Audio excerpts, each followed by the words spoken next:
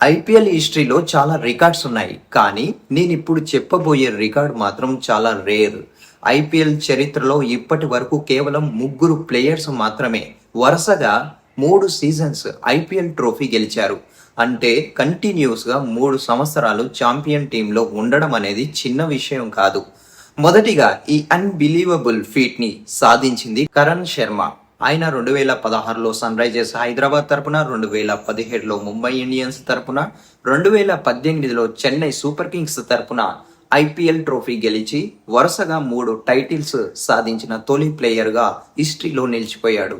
ఇంకా స్పెషల్ ఏంటంటే ఈ 3 ట్రోఫీస్ని 3 డిఫరెంట్ టీమ్స్తో గెలిచాడు. ఆ తర్వాత ఈ ఎక్స్క్లూజివ్ క్లబ్లోకి చేరింది ఇంగ్లాండ్ బ్యాటర్ ఫిలిప్ సాల్ట్. 2024లో కేకేఆర్తో టైటిల్ గెలిచిన ఫిలిప్ సాల్ట్ 2025-26లో రాయల్ ఛాలెంజర్ బెంగళూరుతో వరుసగా మరో 2 ట్రోఫీస్ గెలిచి 3 ఐపీఎల్ టైటిల్స్ పూర్తి చేశాడు. ఇదే అచీవ్మెంట్ని యంగ్ స్పిన్నర్ శ్రేయాన్స్ శర్మ కూడా రిపీట్ చేశాడు.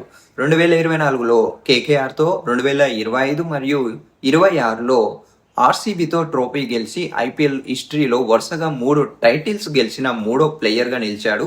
ఇప్పుడు అసలు క్వశ్చన్ ఏంటంటే ఆర్సీబీ ఇప్పటికే 2025-26 సీజన్ గెలిచింది, బ్యాక్ టు బ్యాక్ ఛాంపియన్గా నిలిచింది. మరి 2027లో కూడా ట్రోఫీ గెలిచి ఐపీఎల్ హిస్టరీలో ఫస్ట్ ఎవర్ టీమ్గా 3 ఫీట్ని కంప్లీట్ చేస్తుందా, లేక మరో టీం వారి డ్రీమ్ రన్కి బ్రేక్ వేస్తుందా? మీ ప్రిడిక్షన్ ఏంటి? ఆర్సీబీ హ్యాట్రిక్ టైటిల్ కొడుతుందా? కామెంట్ సెక్షన్లో మీ ఒపీనియన్ చెప్పండి.